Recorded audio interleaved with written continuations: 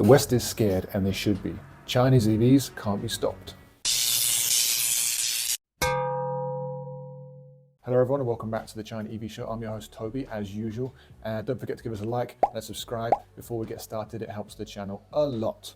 So today we're going to be talking about the continued rise of Chinese EVs and why the West is so scared. So to begin, let's start with a few facts about China's continuing rise in the field of EVs. So as we know, China became the biggest exporter of cars in the year of 2023. BYD also became the largest seller of pure electric vehicles in Q4 of 2023, overtaking Tesla. And VW, a brand which has enjoyed a lot of success in the China market, was knocked off the top spot by a pure electric brand, by BYD. So following this success, now China is coming for key markets around the world, and it will enter under whatever conditions it can. Some countries will try to slow down the expansion of Chinese EVs with tariffs and taxes, but all that will do is slow down adoption rates across these regions. This is not something that's happened overnight. In fact, it has been years, even decades, in the making. Since the launch of Made in China 2025, China has spent a lot of money encouraging its high-tech and future industries. And this, of course, has included spending a lot of money, in particular,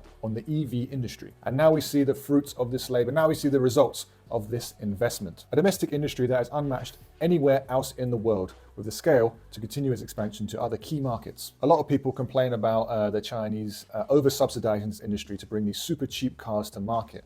And I don't really see what the problem is. And ultimately what has happened is the Chinese government has subsidized these EVs that are going around the world. So the Chinese taxpayer has basically paid for you in Europe or wherever to get a cheaper EV. Now, isn't that nice? Would you be happy to buy a Chinese government subsidized EV? Make sure you let us know in the comments below. By the end of the decade, Western brands could be in serious trouble as Chinese brands, led by dominance in EVs, continue to grow. First China, then the world. But rather than denying or trying to stop China's success, the world should actually embrace it. And more importantly, they should learn from it. We have these cheap, high quality offerings that have been proven in the most competitive consumer market when it comes to EV products. I believe that the average European consumer doesn't expect much in terms of EVs because they are not offered much. But this is where the bar should be for EVs, not here. They should expect more. And right now, this is where the European brands are bringing their EVs in, and they need to up their game. Competition is good, and these Chinese offerings will help to boost competition in these markets. If we think about Detroit before and the influx of Japanese and Korean car makers in the 1980s, they survived, and not only did they survive, they're actually better off because of it. What do you think? Could Western brands benefit from this healthy competition that Chinese EVs could bring? And is it nice to have another competitive offering outside of Tesla? Make sure you let us know in the comments below. I think one thing we have to consider well before we stop these Chinese EVs coming in is our carbon goals. Right now, the current EV offerings on the market are just too expensive.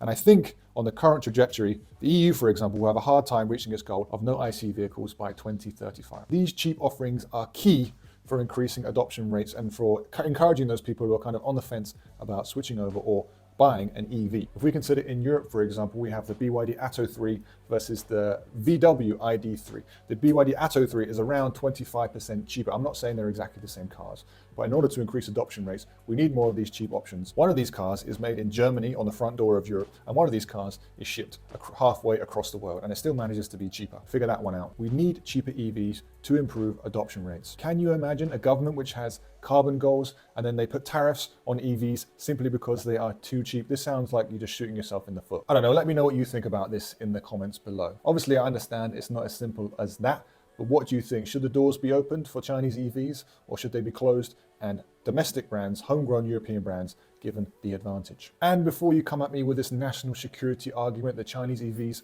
are going to be spying on people when they go to the supermarket to buy their cabbage, no one cares. I can imagine a situation though where Chinese EVs are banned from sensitive areas like military sites, just like Tesla is in China.